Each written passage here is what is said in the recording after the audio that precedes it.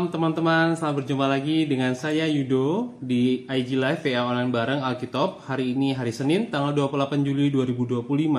Tentang anak ya, kita udah bahas tentang banyak ayat Alkitab yang berkaitan dengan anak. Dan juga sekarang kita akan masuk kepada topik terakhir yaitu anak yang hilang dari Lukas 15 ayat 17 sampai 24.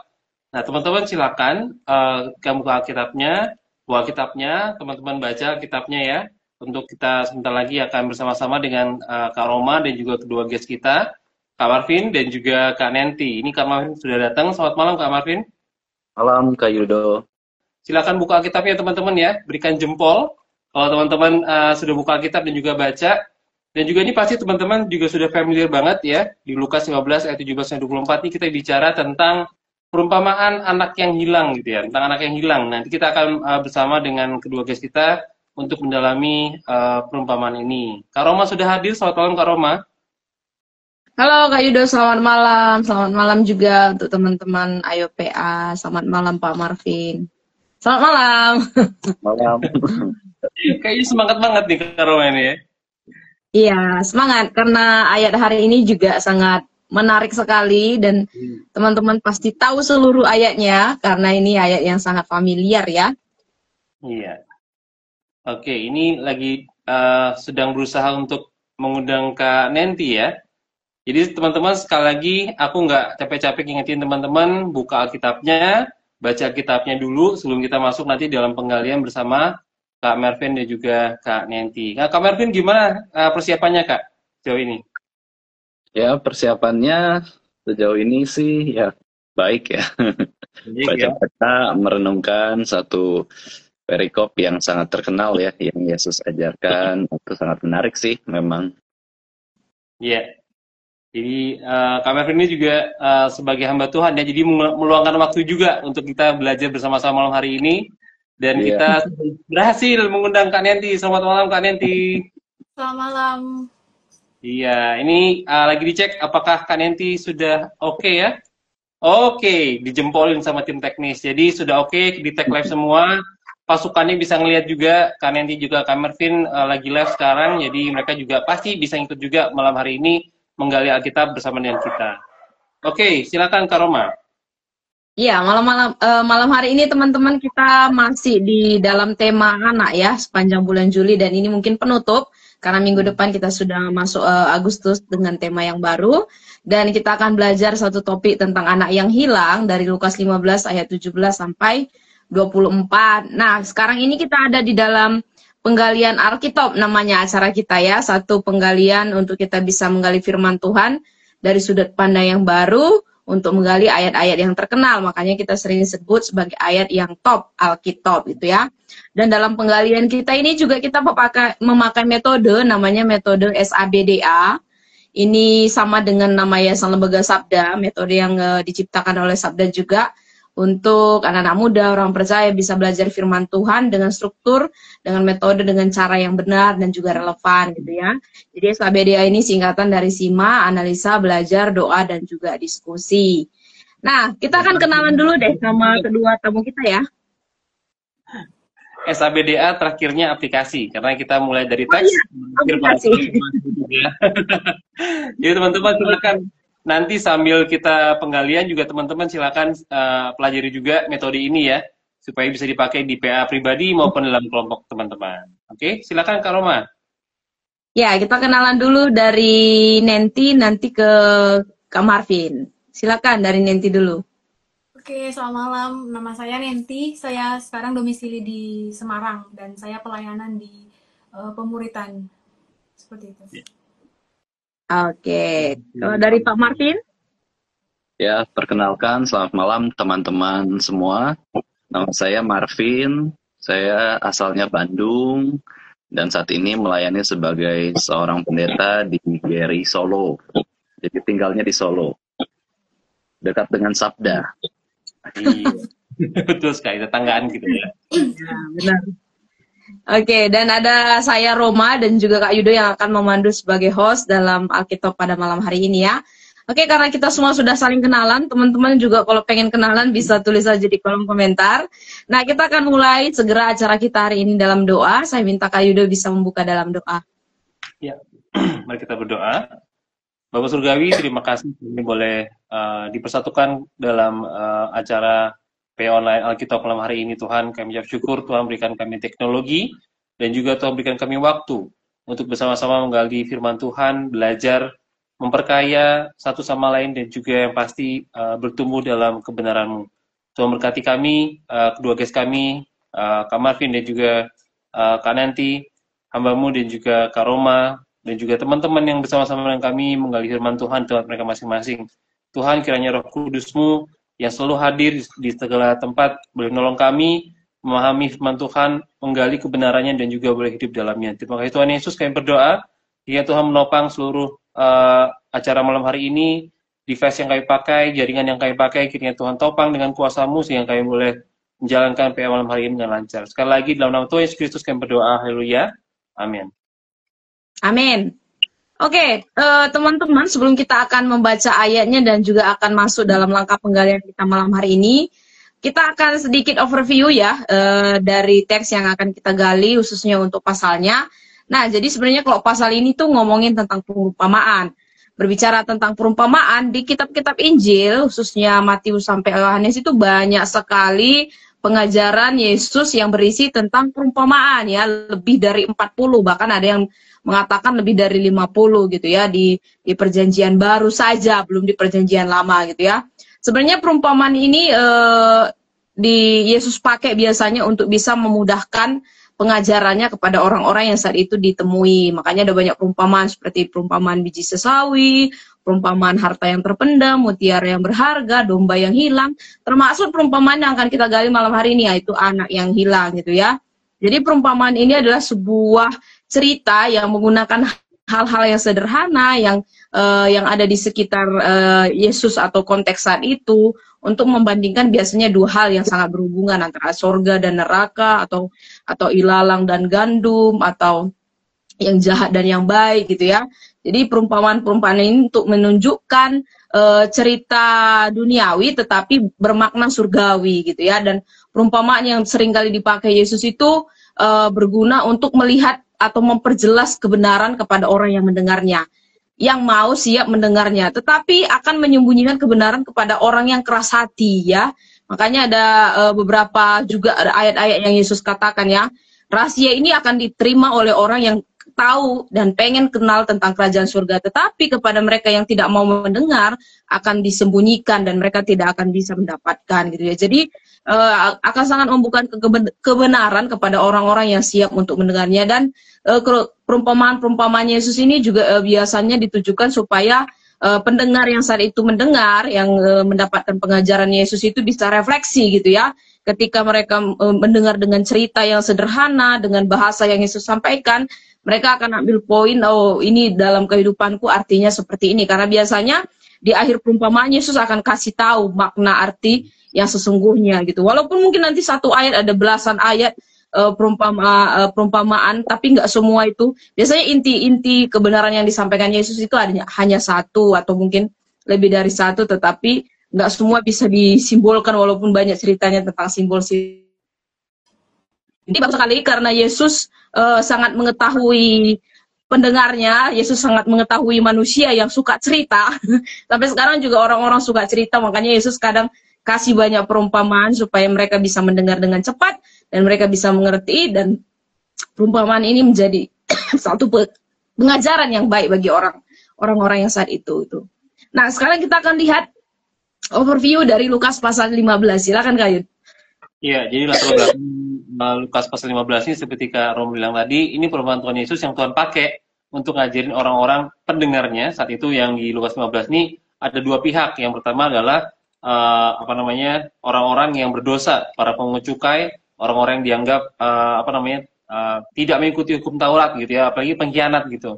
Dan yang satu lagi adalah orang-orang Farisi yang mereka tuh bersungut-sungut karena Tuhan Yesus makan dan hidup bersama dengan orang-orang yang berdosa tadi gitu. Sementara dalam norma mereka, orang yang suci, orang yang kudus gitu, seperti rabi itu nggak boleh duduk sama orang itu karena mereka akan ketularan jadi najis juga gitu kan.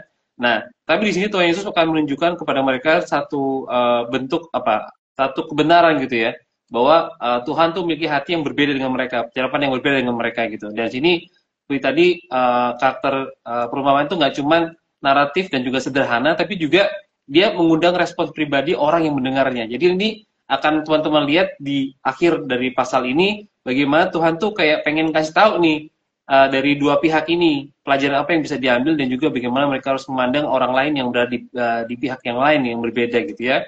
Jadi ada dua apa namanya pihak di sini, ada tiga, anak bungsu, ada bapaknya, kemudian ada anak sulung, dan ini masing-masing mewakili tokoh-tokoh yang ada di dunia nyata gitu ya.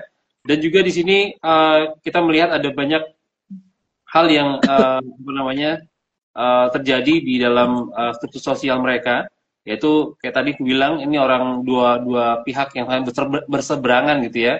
Orang Farisi sangat menjaga tradisi, sangat menjaga hukum-hukum, dan juga mereka tidak suka melihat orang-orang yang si pungut cukai, terutama karena mereka dianggap sebagai pengkhianat yang bekerja sama orang Romawi gitu.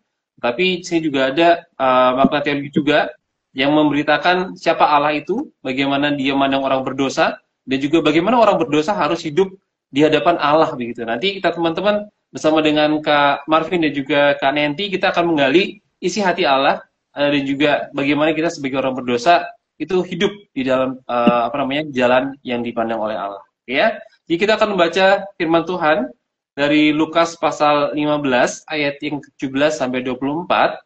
Nanti silakan Kak Marvin ayat 17 sampai yang ke-20, kemudian disusul oleh Kak Nenti ayat 21 sampai yang ke-24 ya. Oke, silakan Kak Marvin dulu. Ya, baik, kita akan membaca firman Tuhan dari Lukas 15 ayat 17 sampai 20 ya. Lalu ia menyadari keadaannya, katanya, betapa banyaknya orang upahan Bapakku yang berlimpah-limpah makanannya, tetapi aku di sini mati kelaparan. Aku akan bangkit dan pergi kepada Bapakku dan berkata kepadanya, Bapa, aku telah berdosa terhadap sorga dan terhadap Bapa.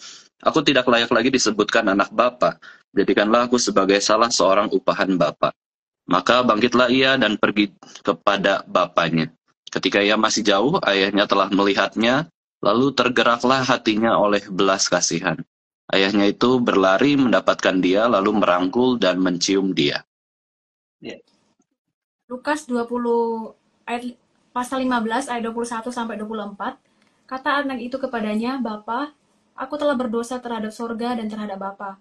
Aku tidak layak lagi disebut anak Bapa.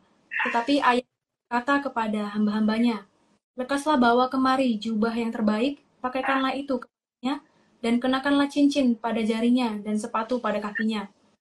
Dan ambillah anak lembu tambun itu, sembelihlah dia, dan marilah kita makan dan bersukacita.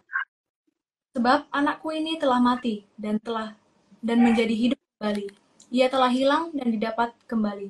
Maka mulai mereka bersedia. Oke, kita sudah baca ya dari 8 ayat yang ada. Walaupun satu konteks ini sebenarnya nggak cuma 8 ayat, tapi nanti teman-teman bisa sembari lihat juga teksnya ketika kita menggali sama-sama. Nah, kita akan baca masuk dalam langkah yang pertama, yaitu langkah simak. Nanti kita lihat poin-poin dari ayat untuk menjelaskan ayatnya juga gitu ya. Oke, silakan Kak Yud. Iya, saya ke Kak Nenti dulu ya Kak ya. Jadi yang pertama, bisa kalian diceritakan secara singkat perumpamaan tentang anak yang hilang ini dari ayat yang 11 sampai 16. Jadi ini sebelum apa namanya bagian yang akan kita gali ya untuk melihat konteksnya. Silakan Kak Nenti.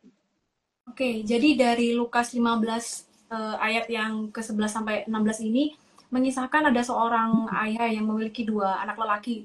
Kemudian anak bungsu ini meminta warisan, dan dengan warisannya itu dia pergi jauh, menghabiskan seluruh harta miliknya untuk hidup berfoya-foya dengan kehidupan pribadinya di saat-saat itu. Kemudian setelah hartanya ini habis, dan saat itu negeri yang dia tempati dilanda oleh kelaparan, kemudian ia menjadi sangat miskin dan kehabisan uangnya, akhirnya dia berpikir untuk bekerja menjadi seorang budak bagi seorang tuan, dan saat itu dia dia bekerja sebagai seorang yang memberi makan ternak, yaitu babi, dan hingga pada saat itu dia juga merasa akhirnya sudah tidak mampu lagi menghadapi situasinya, dan dia berpikir untuk kembali ke rumah bapaknya, dan di mana rumah bapaknya itu ada banyak pengerja-pengerja bapaknya yang saat itu mungkin saja diberi makan lebih enak daripada dia yang saat itu. Seperti itu, Kak. Ya, benar banget ya. Jadi ini tentang anak yang tidak tahu adat gitu kalau dibilang ya. Karena orang Parisi pasti ngejaga adat banget dan mereka tahu banget ketika seorang anak minta warisan itu diberikan ketika seorang bapak tuh udah mati gitu. Jadi warisan itu dibagi-bagikan antara anak-anaknya, yang sulung dapat berapa bagian, yang berikutnya dapat berapa bagian gitu ya. Tapi ketika di cerita ini disampaikan, Tuhan Yesus bilang, anak bungsunya itu bilang sama ayahnya, berikanlah kepadaku bagian harta milik kita yang menjadi hakku. Jadi kayak dia seolah-olah dia nggak mikirin lagi bapaknya itu masih hidup atau udah mati, tapi diminta hartanya gitu. Jadi ini beneran melanggar hukum. Kemudian juga tadi kita juga lihat bahwa dia berfoya-foya gitu ya. Kemudian sampai hartanya habis, negerinya juga jadi kelaparan, dia jadi penjaga babi. Dan babi adalah hewan yang najis bagi orang Yahudi gitu. Jadi benar-benar dia turun seturun-turunnya.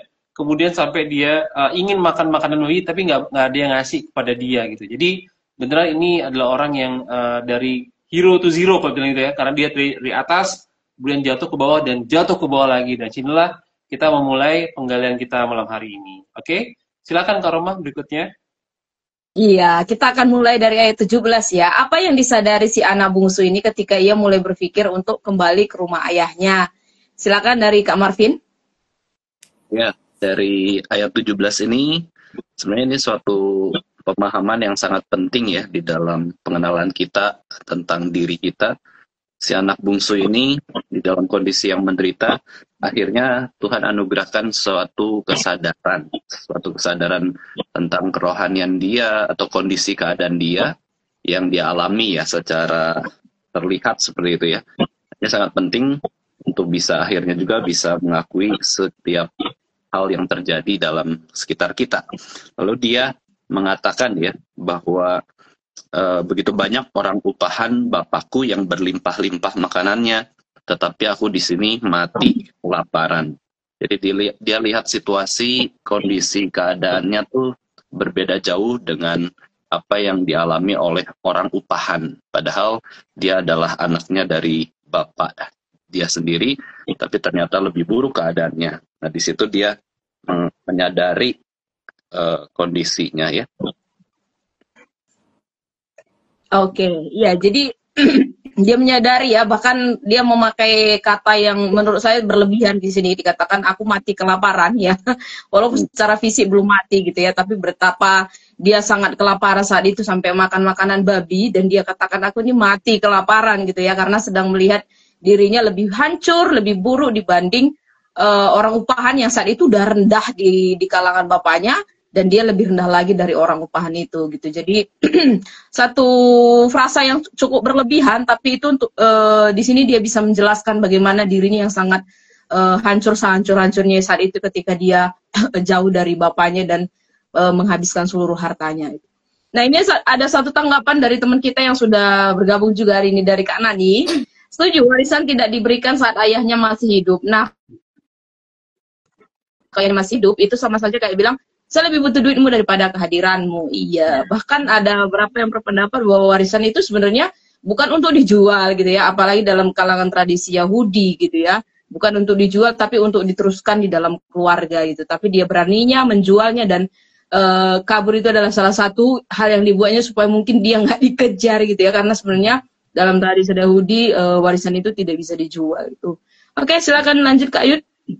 Oke, setelah dia menyadari keadaannya, setelah dia menyesal gitu ya, apa keputusan yang dibuat oleh anak bungsu itu setelah menyadari keadaannya, Kak Nenti? Ayat 18 ya, silakan.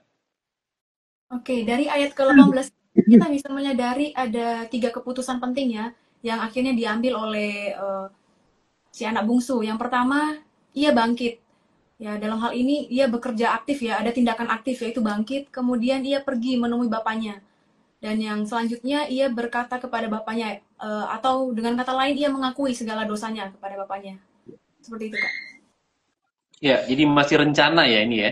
Masih rencana, aku akan gitu ya. Dan dia punya resolve, dia ngelihat keadaan sekarang, dia membandingin sama hamba-hambanya bapaknya, dan sekarang dia punya rencana untuk keluar dari masalah ini gitu. Aku akan bangkit dan pergi kepada bapakku, aku akan berkata kepadanya, dan sebagainya. Jadi benar, jadi kayak ini penyesalan yang mendorong orang untuk melakukan sesuatu daripada diam di situ aja, karena dia tahu nih keadaannya ini sangat sulit gitu, bahkan makanan babi pun nggak diberikan kepada dia gitu. Jadi dia mulai melihat ada jalan keluar dan kembali ke bapaknya. Oke, ini ada tanggapan dari Sensei Desu. Saya menggunakan perumpamaan ini biasanya untuk teman-teman yang murtad, masih punya kesempatan satu kali lagi untuk bertobat. Nah, ini gimana Pak Marvin ini? Menurut Bapak gimana ini? Ya, ini suatu ya artinya kan ketika kita lihat anak bungsu begitu banyak dosanya, begitu melanggar aturan, mungkin bisa dikatakan ya orang yang sudah berkat begitu melimpah ya di rumah bapaknya, tapi akhirnya menjadi anak durhaka. Ini kan kurang lebih seperti itu ya, murtad ya, tidak mau mengasihi bapak, taat kepada bapak. Tapi suatu waktu pada akhirnya Tuhan juga bisa menolong dia menyadari keadaannya yang berdosa itu, bisa memanggil dia pulang kembali. Itu menjadi suatu pengharapan, betul. Kita berdoa, andai ada orang yang sudah tahu tentang Kristenan, tapi akhirnya tidak mengakui tentang kebenaran tentang Tuhan maupun juga firman Tuhan, tetap kalau Tuhan beranugerah kepadanya, dia bisa menyadari keadaannya dan bisa kembali ya. Itu suatu pengharapan dan doa kita juga. Oke, thank you ya. Ini jadi Kak Sensei Desu, ya nanti bisa dipakai untuk apa namanya, kita menggali malam hari ini, bisa dipakai juga untuk menolong teman-teman yang lain juga ya. Silakan Kak Roma, berikutnya Kak. Oke, saya masih di Kak Marvin berarti ini. Apa pengakuan apa yang yang ia sampaikan kepada ayahnya kalau kita lihat dari ayat yang ke-19 ini? Iya, dari ayat 19 ini dia dijelaskan ya tentang pengakuan bahwa si anak bungsu ini tuh telah berdosa terhadap surga dan terhadap Bapa. Jadi dia jelas menyatakan bahwa saya waktu melakukan dosa kepada manusia, ternyata ada hubungannya juga dengan surga atau Allah sendiri. Jadi kita tahu konteks Yahudi ya. Kalau dia sebut surga itu berarti kan dia tidak mau menyebut nama Allah dengan sembarangan, jadi dia seringkali pakai kata surga supaya langsung sebut nama Allah. Jadi di dalam pengakuannya ini dia berdosa kepada surga, kepada Allah, kepada bapaknya, orang tuanya, dan dia menyadari bahwa dirinya itu sangat tidak layak disebut sebagai anak bapa, dan dia bahkan berpikir bahwa sadarnya bahwa dia tuh layak sebagai seorang upahan bapa saja. Jadi dia sudah menyadari statusnya ini dengan perbuatannya ini sangat tidak layak lah, dan dia pikir ya udah sebagai orang upahan tuh sudah cukup baik lah, dia sadari gitu ya pengakuan. Ya jelas sekali ya bahwa keinginannya untuk jadi seorang upahan, bahkan kalau misalnya nggak diangkat lagi sebagai anak, itu pun udah sangat oke lah dibanding nggak makan sama sekali dan di negeri orang dan tidak memiliki apa-apa gitu ya. Jadi lagi-lagi dia di sini mengatakan tidak layak ya, tidak layak bahkan disebut sebagai anak bapa gitu. Tapi akan ada sesuatu yang terjadi kalau kita lihat di ayat yang berikutnya gitu ya. Ada satu pergerakan yang terjadi ketika ayahnya melihatnya. Iya Kak, silakan Kak Yud. Iya, jadi dia punya niat, kemudian dia melakukan niatnya untuk jalan ke rumah bapaknya. Dan apa reaksi ayahnya saat melihat anak bungsunya itu datang dari jauh, Kak Nenti, kalau dari ayat yang 20, Kak. Silakan. Reaksi ayahnya yang terjadi saat itu pada ayat yang 20 ini, ayahnya itu hatinya tergerak oleh belas kasihan. Kemudian ia berlari mendapatkan anaknya, memeluk dan mencium dia. Namun di sini ada satu kata yang saya tertarik untuk melihat artian kata ini ya Kak, dari bahasa Yunaninya, melihat itu eiden, yang berarti bahwa bukan hanya melihat secara kebetulan ya, namun ia melihat dan memperhatikan dengan sungguh-sungguh, yang dalam artian lainnya bahwa saat itu papanya, ayahnya ini melihat bukan hanya sekedar melihat doang, tapi dalam artian lainnya bahwa ayahnya ini sudah menunggu sejak lama dan memperhatikan arah datangnya anak itu, seperti itu Kak. Iya, benar banget ya. Jadi itu satu kayak dia menantikan memang ya, kalau Kak Ren tadi bilang menantikan anaknya itu pulang dari sana, ujung sana gitu. Dia melihat dari jauh gitu, dan ketika dia melihat anaknya itu dari jauh, dia hatinya tergerak oleh belas kasihan ya, keadaan anaknya, dan dia berlari mendapatkan dia, merangkul dan menciumnya. Sesuatu hal yang mungkin nggak di apa namanya, nggak diduga oleh anaknya ya, sampai dia apa namanya, ayahnya itu memperlakukan dia seperti itu begitu. Jadi ini menunjukkan betapa ayahnya itu tidak menyimpan kemarahan atau dendam gitu, tetapi dia melihat bahwa anaknya ini pasti akan kembali, dan dia punya pengharapan akan itu, dan dia menanti-nantikan datangnya anak itu ya. Oke, silakan Kak Rom. Ya, ini ada satu tanggapan dari Kak Nani. Pengakuan dari anak menggambarkan sebuah pertobatan sejati, bukan hanya pengakuan rasa bersalah, tetapi kesadaran penuh akan ketidaklayakan di hadapan Tuhan dan hati yang tidak layak, yang tidak lagi menuntut hak. Ya, nanti kita akan tanggapi lebih jauh di langkah berikutnya ya. Nah, di ayat yang 21 di sini, apa yang dikatakan anak itu ketika ia bertemu dengan ayahnya? Silakan kembali ke Kak Marvin. Ya, jadi kita sudah melihat bahwa di ayat sebelumnya kan ada rencana ya, rencana yang dibuat atau dipikirkan oleh si anak bungsu ini, dan dia melakukan tepat sesuai dengan apa yang direncanakan, yaitu bangkit, pergi, dan berkata sesuai dengan apa yang sudah dia akui ya, yaitu Bapa, aku telah berdosa terhadap sorga dan terhadap Bapa, aku tidak layak lagi disebutkan anak Bapa. Kak Marvin nge-preach ya? Iya. Oh iya. Kak Marvin lagi freeze ini. Oke, jadi seperti yang Kak Marvin katakan ya, bahwa dia menyelesaikan rencananya sesuai dengan apa yang dia akan lakukan ketika dia berjumpa dengan bapaknya ya. Dia dikatakan mengakui dosanya terhadap surga, terhadap Bapa, dan juga dikatakan aku tidak layak disebutkan anak Bapa. Jadi ini sebenarnya pengulangan dari apa yang dia rencanakan. Dia akan ngomong gini ke bapaknya, dan ketika ketemu bapaknya dia kasih tahu beneran SI seperti apa yang dia rencanakan gitu ya. Jadi sebenarnya pengakuan di sini dan apa yang dilakukan oleh si anak bungsu ini sedang menyatakan kerendahan dirinya juga ya, karena dia dikatakan tidak layak disebut sebagai anak. Tetapi sisi lain juga ada satu ketulusan hati di mana dia memiliki apa ya, hati yang mau untuk bertobat gitu ya, tidak menuntut haknya lagi sebagai anak, tetapi dia datang mengakui kesalahannya supaya berharap dia nanti bisa dijadikan salah satu hamba gitu ya, karena tidak layak lagi disebut sebagai anak Bapa gitu ya. Jadi ini ayat ini hanya mengulang dari apa yang dia rencanakan dan dia katakan as is ketika dia bertemu dengan bapaknya gitu. Nah, ini ada satu tanggapan dari Bu Broto. Sembari tim admin mungkin bisa undang lagi ya untuk Kak Marvin. Menurut saya anak ini kenal bapaknya sehingga dia tahu dia bisa kembali meski dia sendiri malu. Iya, bisa dikatakan bukan hanya malu tapi memang sudah nggak tahu malu lagi ya, karena entahnya jadi apapun nanti ketika ketemu dengan bapaknya dia siap menerima konsekuensi dari apa yang dia lakukan gitu ya. Nah, terlihat dari rencananya itu gitu ya. Jadi memang kita melihat nanti bagaimana sebenarnya sifat dari bapaknya ini, dan menanggapi Bu Evi bagaimana dia bisa mengenal, yang sudah sebenarnya mengenal bapaknya yang sangat baik ini. Oke, silakan Kak Yud. Iya, oke. Jadi ketika anaknya itu bertemu dengan bapaknya, kemudian dipeluk, dicium, dan juga anak yang menyampaikan penyesalannya, bapak itu ngomong sama hamba-hambanya. Nah, karena nanti perintah apa yang ayah itu berikan kepada hamba-hambanya setelah anaknya itu kembali, Kak? Dari ayat yang ke-22 sampai ke-23, Kak. Silakan. Oke Kak, dari ayat yang ke-22 sampai ke-23 itu jelas sekali ya bahwa tanggapan ayahnya ternyata berbeda dari apa yang kita pikirkan, yaitu dia memerintahkan hamba-hambanya untuk segera membawa pakaian yang terbaik, kemudian mengenakan cincin di jari anaknya itu, memberikan dia kasut, dan juga menyuruh mereka menyembelih anak domba tambun yang terbaik untuk mengadakan pesta pada saat itu juga, Kak.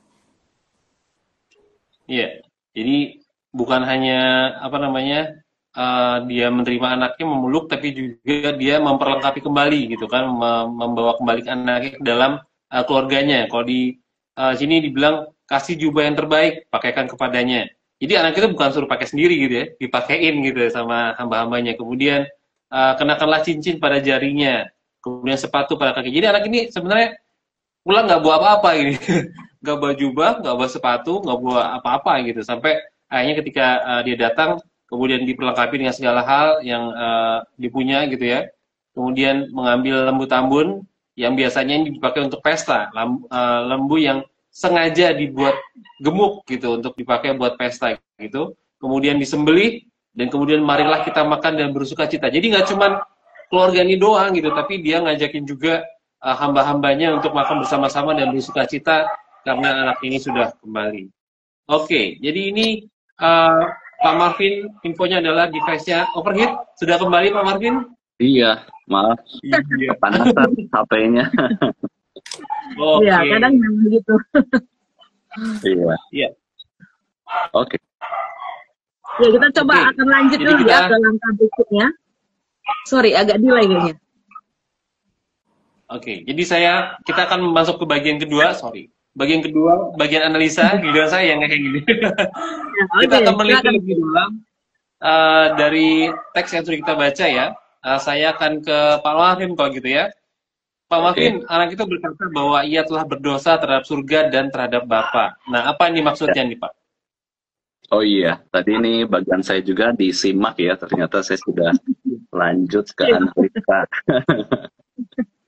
Jadi kita tahu ya ini awal mula pertobatan lah ya. Kalau kita menyadari dosa kita kan berarti kita menyadari kesalahan dan standar hukum Tuhan itu seperti apa. Nah, dosa berarti melawan atau melanggar perintah-perintah Allah atau hukum-hukum Allah. Dan si anak bungsu ini sudah melanggar perintah dari Allah sendiri. Ya, bicara soal hukum Taurat, menghormati orang tua, lalu juga menjaga kehidupan dengan baik, ya tidak untuk ego sendiri, terus kemudian juga menggunakan setiap hidup juga dengan berbijaksana ya, bukan akhirnya berfoya-foya dan untuk kepentingan hawa nafsu sendiri ya. Nah, dia sudah menyadari terhadap hukum-hukum Allah, dan juga dia sadar juga secara relasi manusia bahwa itu sudah tidak menghormati orang tuanya yang sudah mengasihi dan memelihara kehidupannya. Jadi dia berdosa kepada Allah pertama. Nah, ini juga urutan penting ya. Jika kita melakukan kesalahan tuh, ya, pertama-tama kita sudah berdosa terhadap Allah dan juga menyakiti sesama manusia ya. Ini juga berkaitan dengan hukum terutama yang Yesus ajarkan. Mana kita harusnya mengasihi Allah dan mengasihi sesama, tapi akhirnya tidak demikian ya. Seperti itu Kak Yudo. Iya, sekali Pak ya. Jadi kalau teman-teman ngikutin Alkitab yang minggu lalu ini juga sempat dibahas gitu ya. Perintah Tuhan yang langsung diikuti oleh janji pertama gitu ya.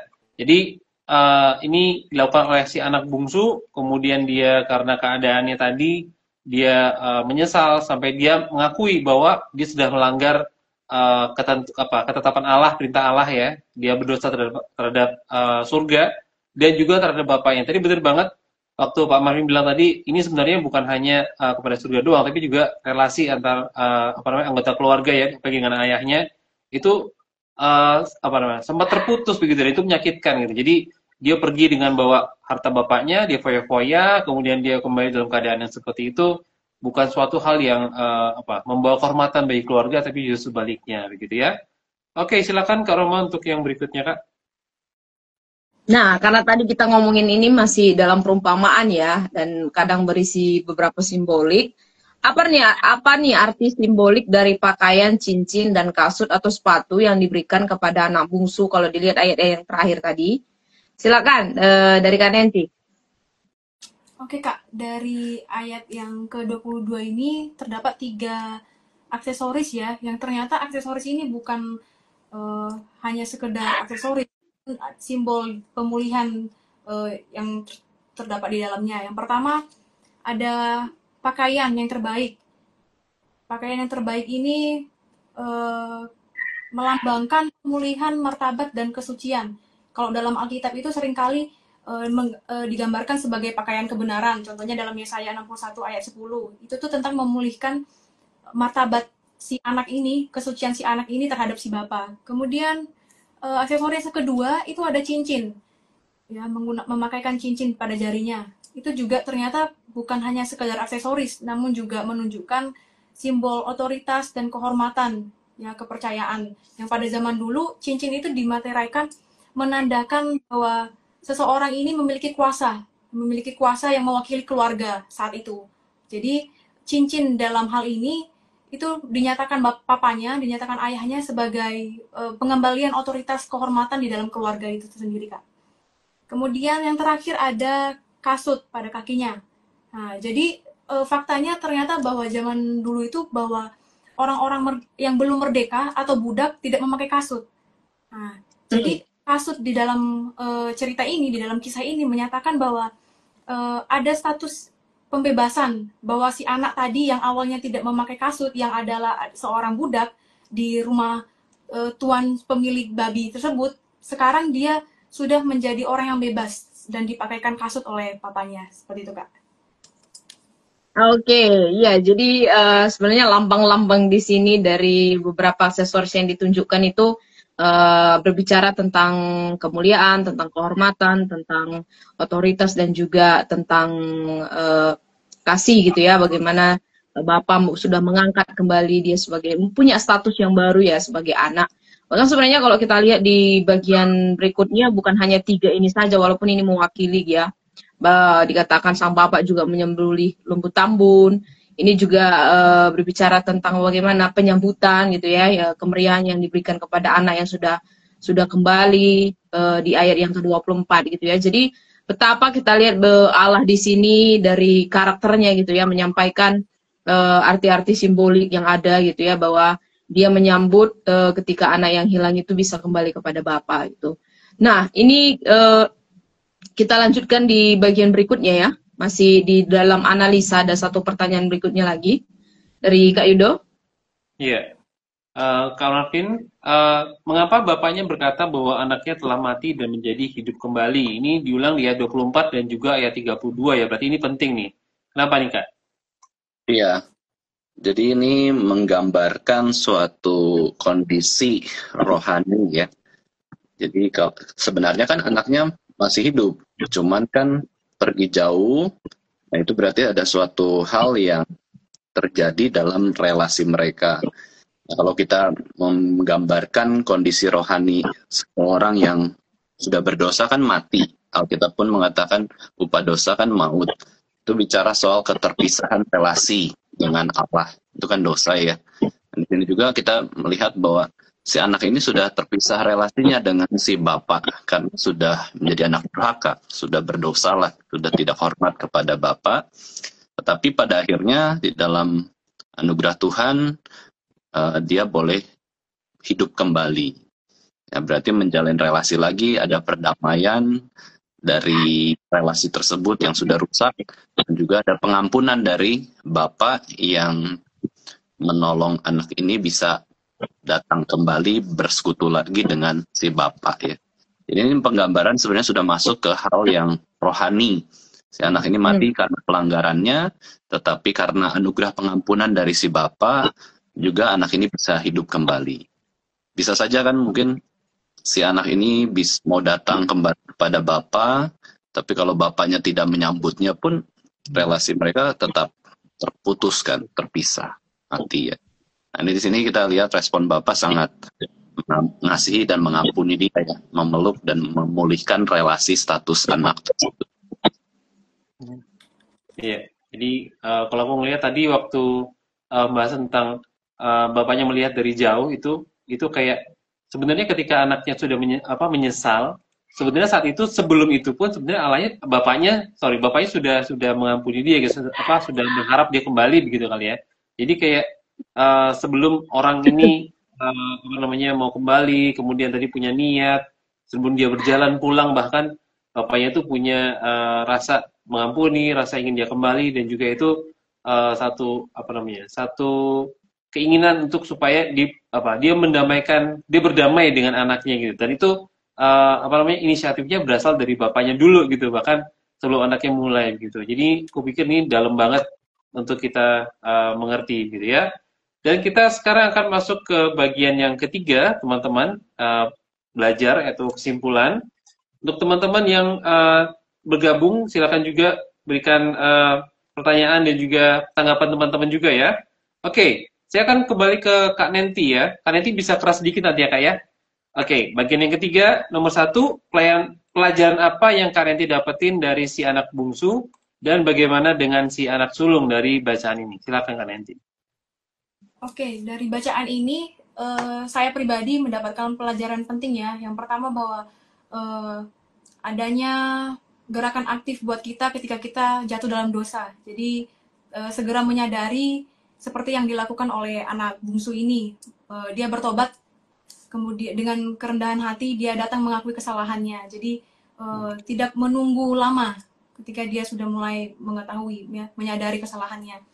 Kemudian dari si anak sulung ini sendiri, saya mempelajari bahwa terkadang ketika melihat orang lain jatuh dalam dosa, jatuh dalam kesalahan, saya sendiri atau mungkin kita juga sering berada di posisi anak sulung, yaitu melihat sebelah mata, melihat bahwa Allah tidak bisa bekerja di dalam mereka, melihat bahwa hanya kita yang layak dikasihi. Dan dalam hal ini saya juga belajar bahwa sikap tersebut harusnya tidak boleh kita lakukan sebagai orang yang dikasihi Tuhan. Ya, bagaimana kita melihat ketika orang lain melakukan kesalahan, justru kita memiliki hati sebagai seorang bapak, yaitu mengasihi mereka, bukan untuk menghindari mereka. Seperti itu, Kak.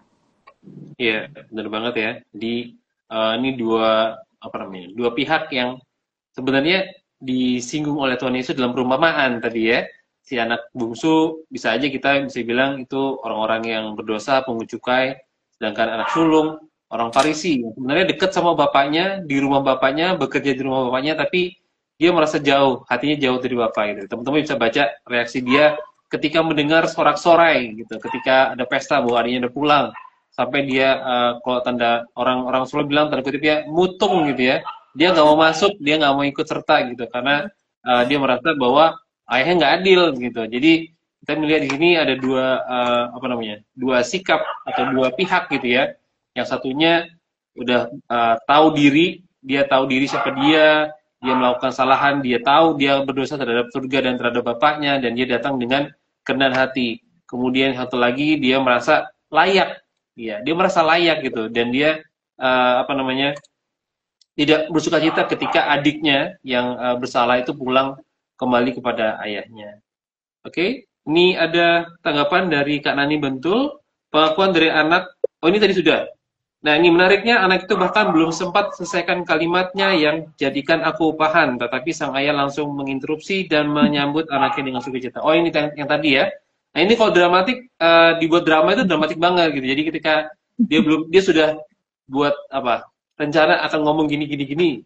Ketika dia sudah sampaikan, ayahnya memeluknya, menginterupsi dengan tindakan yang penuh kasih tadi ya. Oke, silakan Kak Roman lanjut ya. Iya, jadi sebenarnya banyak artikel yang mengatakan ini bukan satu anak yang hilang ya, tapi ini dua anak yang hilang.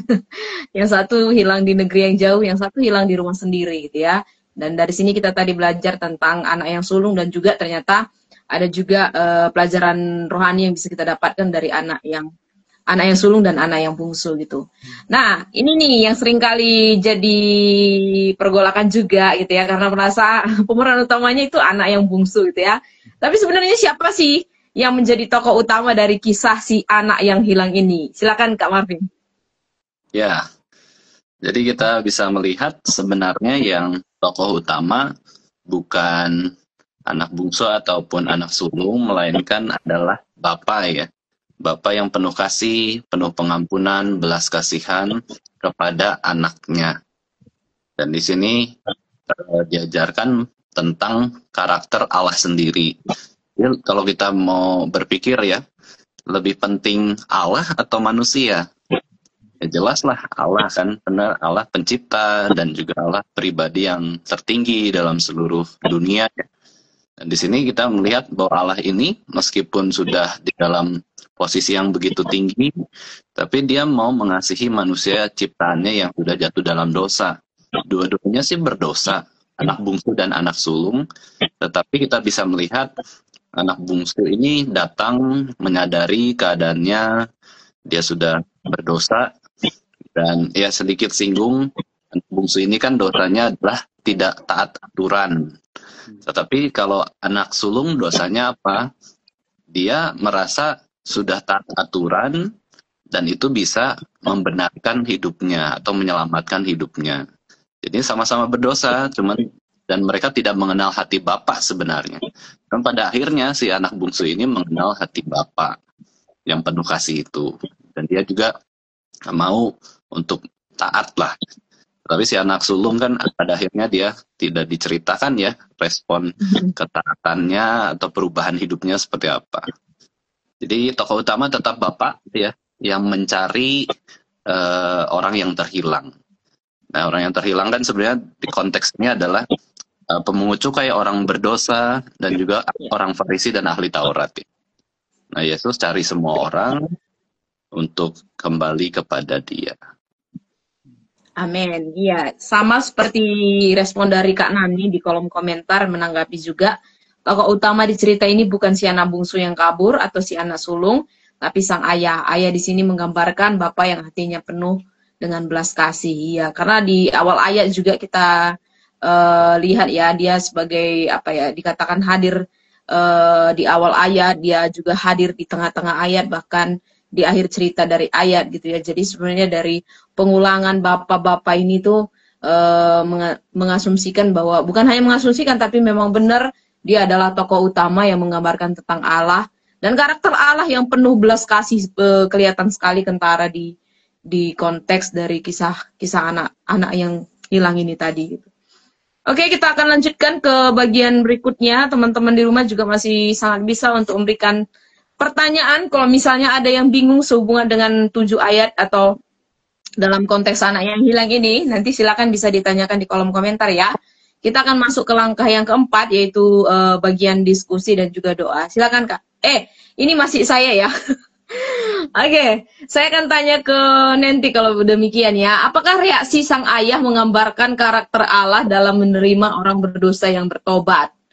Ya, bisa dijelaskan dari Nanti. Oke, jadi dari Lukas 15 ini ya, dan sangat jelas juga di ayat 20 sampai 24 sangat menjelaskan bahwa reaksi ayahnya ini sungguh menggambarkan karakter Allah dalam menerima orang-orang berdosa ya. Mengapa demikian? Karena kalau kita lihat ayahnya dalam hal ini juga adalah ayah yang penuh kasih, sabar, dan siap mengampuni. Bahkan ketika seorang anak ini belum ada di hadapannya, dia sebenarnya sudah mengampuni lebih dulu. Ya, sama seperti Allah kepada kita, bahwa Allah menunggu kita. Ya, Allah mungkin tidak menunggu kita sampai sempurna, tapi Allah menunggu kita menyadari dan ingin bertobat. Ya, jadi dengan kata lainnya, ketika kita bertobat, sebenarnya kita juga belum sempurna saat, tapi Allah masih mau menerima kita. Dan seperti seorang ayah ini Kak, jadi dia menerima anaknya bahkan ketika anaknya juga belum sempurna sama sekali. Oke, iya. Bahkan dikatakan di akhir ayat, di puncak dari ayat, dia bersuka cita ya, dan merayakan sukacita itu atas pertobatan. Dan ini kalau kita lihat di dalam banyak referensi ya, satu jiwa saja atau satu orang aja bertobat di hadapan Allah itu seluruh surga bisa bersorak-sorai, malaikat Tuhan bisa bersorak-sorai gitu ya.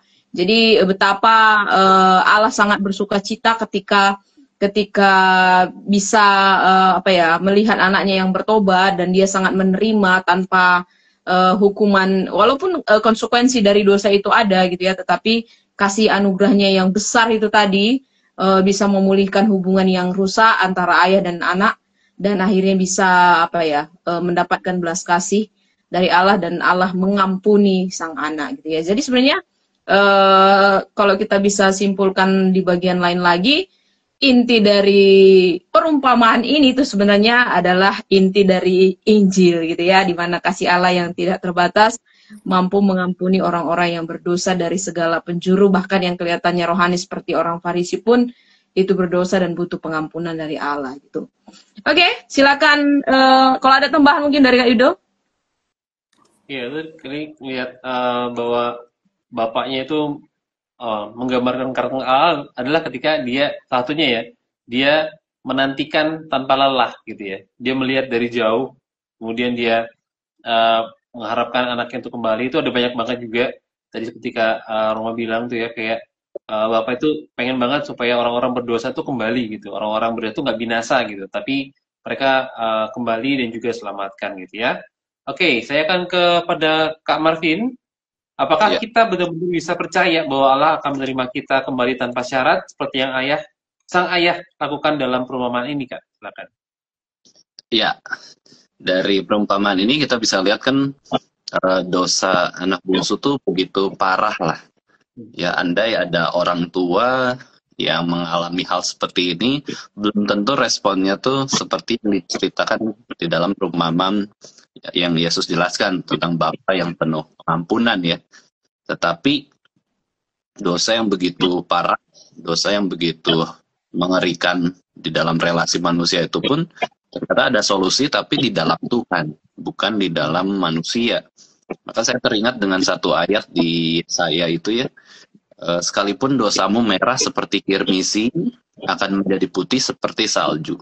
Sekalipun berwarna merah seperti kain kesumba, akan menjadi putih seperti bulu domba. Jadi pada waktu itu memang merah seperti kirmisi itu dan kain kesumba suatu warna merah yang begitu pekat sekali, sangat sulit dihilangkan atau diubah jadi putih seperti itu ya. Tapi ternyata itu di dalam Tuhan itu tidak ada yang mustahil bagi Tuhan untuk menyelamatkan seseorang yang penuh dengan cacat celah dan dosa. Kita semua manusia berdosa, kita semua layak binasa, tetapi anugerah Allah itu jika Tuhan menyatakannya, kita bisa diselamatkan tanpa syarat di dalam anugerah penebusan yang Yesus sudah kerjakan. Ya, kita diselamatkan oleh kasih karunia, bukan perbuatan kita seperti itu ya. Jadi kita bisa percaya bahwa Tuhan itu dapat memberikan anugerahnya untuk menyelamatkan kita, dan kita bisa memohon di dalam anugerahnya itu Tuhan memberikan kepada kita keselamatan ya, dan pertobatan tentunya ya.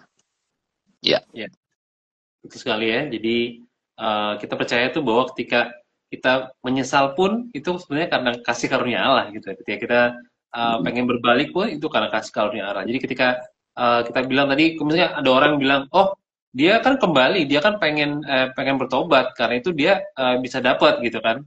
Jadi itu disebut sebagai syarat gitu ya. Tapi sebenarnya itu bukan syarat gitu, karena bahwa ketika bapaknya dia belum ketemu dengan bapaknya pun, bapaknya sudah punya inisiatif untuk mengampuni gitu ya. Kayak di Roma 5 ayat 8 ya. Kayak sebelum kita jadi orang baik pun Kristus sudah mati buat kita ya. Jadi itu pengampunan yang nggak menunggu kita untuk menjadi baik dulu gitu. Bahkan ketika jadi musuh, Tuhan sudah mati bagi kita. Jadi ini benar-benar bukti gitu ya. Teman-teman bisa cari lebih banyak ayat lagi ya, pakai aplikasinya Sabda ataupun juga pakai Alkitab GPT gitu, tanya-tanya ayat apa sih yang bisa merepresentasikan kasih Allah yang tanpa syarat. Jadi teman-teman bisa menemukan banyak sekali ayat-ayat yang sangat mendukung dan juga sangat menguatkan kita sebagai orang yang masih hidup di dunia ini. Oke, silakan Kak. Kita akan masuk dalam bagian yang terakhir, yaitu aplikasi. Silakan Kak Roma. Ya, kita sudah masuk di bagian terakhir ya teman-teman. Silakan teman-teman yang bergabung malam hari ini juga silakan bagikan aplikasinya ya di kolom komentar berdasarkan ayat yang sudah kita gali. Nah, saya akan ke Kak Nenti dulu, nanti ditutup oleh dari Kak Marvin. Apakah ada area dalam hidup teman-teman saat ini yang perlu bangkit dan kembali kepada Bapa? Belajar dari perumpamaan ini, langkah apa yang akan teman-teman ambil untuk kembali kepada Bapa? Silakan dari Kak Nenti. Kalau dari saya ya Kak ya, saya mendapatkan pelajaran lain. Yang pertama, bahwa saya melihat dalam perumpamaan ini dari ayat pasal yang ke-15, sebenarnya ada 3 perumpamaan. Tentang dirham yang hilang, kemudian tentang domba yang hilang. Namun uniknya, 2 perumpamaan yang sebelumnya, di situ Allah mencari, ya, ada yang mencari sendiri. Sedangkan kalau kita lihat di anak yang hilang ini, kenapa Allah tidak mencari? Nah, namun seperti yang dijelaskan oleh Kak Marvin tadi, sebenarnya Allah mencari hati orang-orang yang terhilang, tapi dengan cara yang unik. Nah, sedangkan yang saya dapat pelajari dalam hal ini, waktu anak ini meminta harta warisannya, mungkin kalau pada ayah pada zaman sekarang ya, mungkin akan mengajak anaknya ngobrol dulu. Kamu minta apa sih? Sedang apa sih? Ya kan, seperti itu contohnya. Tapi dalam hal ini seorang bapak ini langsung memberikannya, langsung memberikan harta itu tanpa bertanya. Nah, dalam hal ini saya belajar satu hal, bahwa kadang Allah mengizinkan kita dalam kehendak bebas tanpa bertanya, namun untuk menegur kita, untuk membawa kita lebih dekat lagi nanti pada ujungnya seperti itu. Dan di sini saya dapat pelajari hak kebebasan itu, free will itu ada di tangan kita, ada di tangan saya. Tapi bagaimana saya memakainya dengan sebaik mungkin. Aplikasi saya saat ini, mungkin saya bisa melakukan banyak hal, dan itu bebas, Tuhan membebaskan saya. Namun karena saya adalah milik Allah, karena saya adalah anaknya Allah, anaknya Tuhan, saya harus menggunakan kebebasan ini sebaik mungkin. Kemudian langkah apa yang harus saya ambil, yaitu sebelum saya melakukan sesuatu, saya harus bertanya dulu kepada Bapak, apakah sesuai dengan apa yang dimaunya atau tidak, seperti itu Kak. Oke, terima kasih untuk aplikasi dan juga langkah komitmen yang akan dilakukan ya, untuk terus bertanya kepada Bapak dalam segala aspek kehidupan dari Kak Nenti gitu ya. Kalau dari Kak Marvin, bagaimana Kak? Ya, aplikasinya sih, ya kita sebagai manusia kan tentu bukan yang kebal terhadap godaan dosa ya, kita tetap bisa lemah.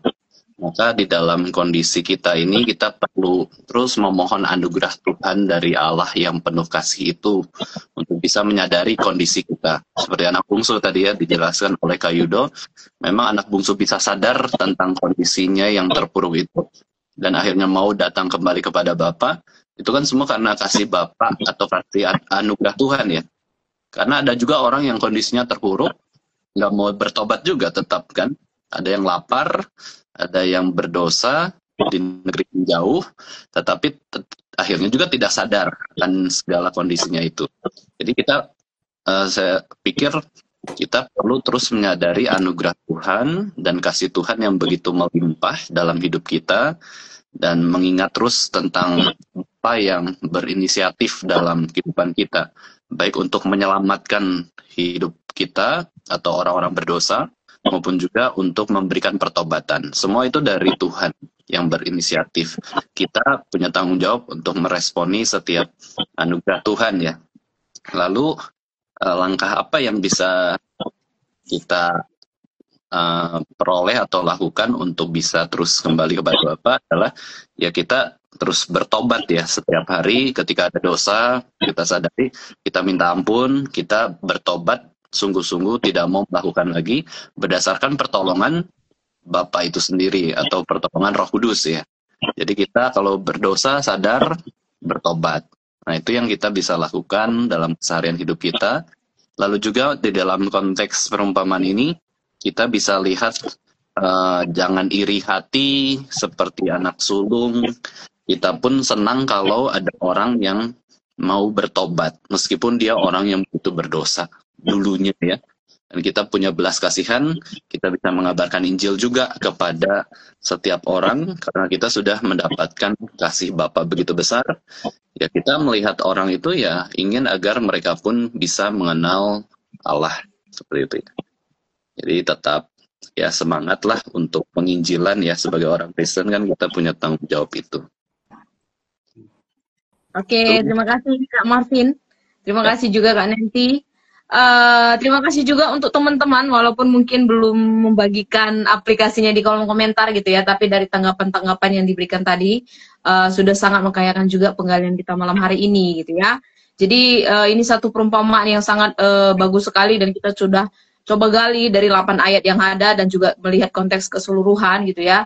Dan ada banyak kata-kata kunci yang penting sekali sebenarnya ya, bisa menolong kita juga untuk bisa melakukan firman Tuhan dengan tadi caranya bangkit dan kembali, bahkan mengakui aku telah berdosa, dan juga dikatakan meninggalkan negeri yang jauh dan untuk segera kembali kepada Bapa sehingga punya kembali relasi dengan Bapa gitu ya. Jadi kiranya dari semua penggalian kita, bahkan kata-kata kunci atau frasa-frasa yang penting di dalam konteks ini bisa menolong kita untuk terus melihat diri kita bagaimana di hadapan Allah. Dan tadi Kak Marvin melengkapi juga bertobat setiap hari ya, meninggalkan area-area dosa favorit yang seringkali kadang jadi intimidasi untuk kita bisa jauh dari Bapa gitu ya. Tapi hari ini dengan lembut gitu ya, Bapa terus menunggu kita untuk bisa kembali kepadanya gitu ya. Terima kasih teman-teman di rumah, dan sebelum kita menutup untuk pendalaman Alkitab kita dari 8 ayat ini, Kak Yudo akan simpulkan sebagai kesimpulan bagi PA kita. Silakan Kak Yud. Ya, jadi teman-teman kita belajar dari PA malam hari ini bahwa Allah itu nggak menunggu kita untuk menjadi layak atau menjadi baik ya, untuk kembali kepada Dia gitu ya. Jadi sebagai Bapa Surgawi kita, Dia justru menantikan kita untuk datang kembali. Bahkan Dia kayak di ayat ini Dia berlari untuk menyambut kita ketika kita kembali dengan hati yang bertobat dan hati yang penuh penyesalan kepada Dia gitu ya. Jadi teman-teman nggak peduli seberapa dalam teman-teman dalam dosa atau dalam hubungan yang jauh dengan Tuhan. PA malam hari ini mengajak kita untuk kembali sama Tuhan. Ya teman-teman boleh pakai ini sebagai sign, sebagai tanda untuk teman-teman kembali sama Tuhan, berdamai sama Tuhan karena Dia adalah Bapa yang baik. Dia akan menerima teman-teman untuk memuliakan teman-teman. Oke? Itu aja dari aku, Kak Roma.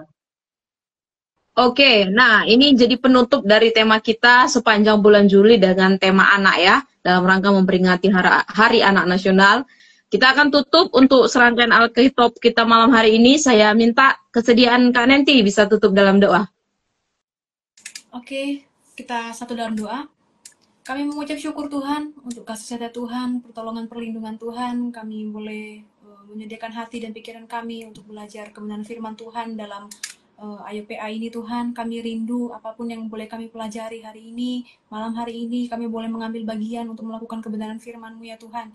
Mengucap syukur juga Tuhan ada kakak-kakak di sini yang boleh membimbing kami, menuntun kami untuk menggali ayat-ayat demi ayat, dan kami rindu biarlah kami boleh mengaplikasikannya di dalam kehidupan kami masing-masing. Terpujilah nama-Mu ya Bapa, biarlah Tuhan yang mempertemukan kami di acara-acara PA selanjutnya. Di dalam nama Yesus kami berdoa dan mengucap syukur. Haleluya. Amin. Amin. Terima kasih Kak Marvin, Kak Nenti, sahabat Ayo PA. Kita pamit. Terima kasih.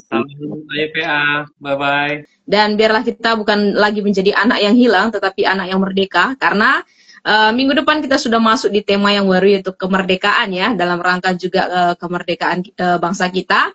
4 Agustus kita akan ketemu lagi di 19.30 waktu Indonesia Barat sampai selesai. Silakan teman-teman hadir, kita akan membahas satu topik, yaitu dari 1 Petrus 1 ayat 17 sampai 21 dengan tema merdeka dari kesia-siaan. Seperti apa? Pastikan teman-teman bisa join, aktifkan notifikasinya untuk kita bisa menggali hanya 1 jam saja ya. 1 jam saja kita menggali bersama-sama di Ayo PA. Dan kalau teman-teman ingin seperti Kak Marvin atau Kak Nenti ingin menjadi tamu di acara Alkitab ini, silakan kontak Ayo PA, nanti kita akan follow up, nanti kita akan kabarin teman-teman, dan jangan takut karena ini firman Tuhan yang kita gali gitu ya, kebenaran Tuhan.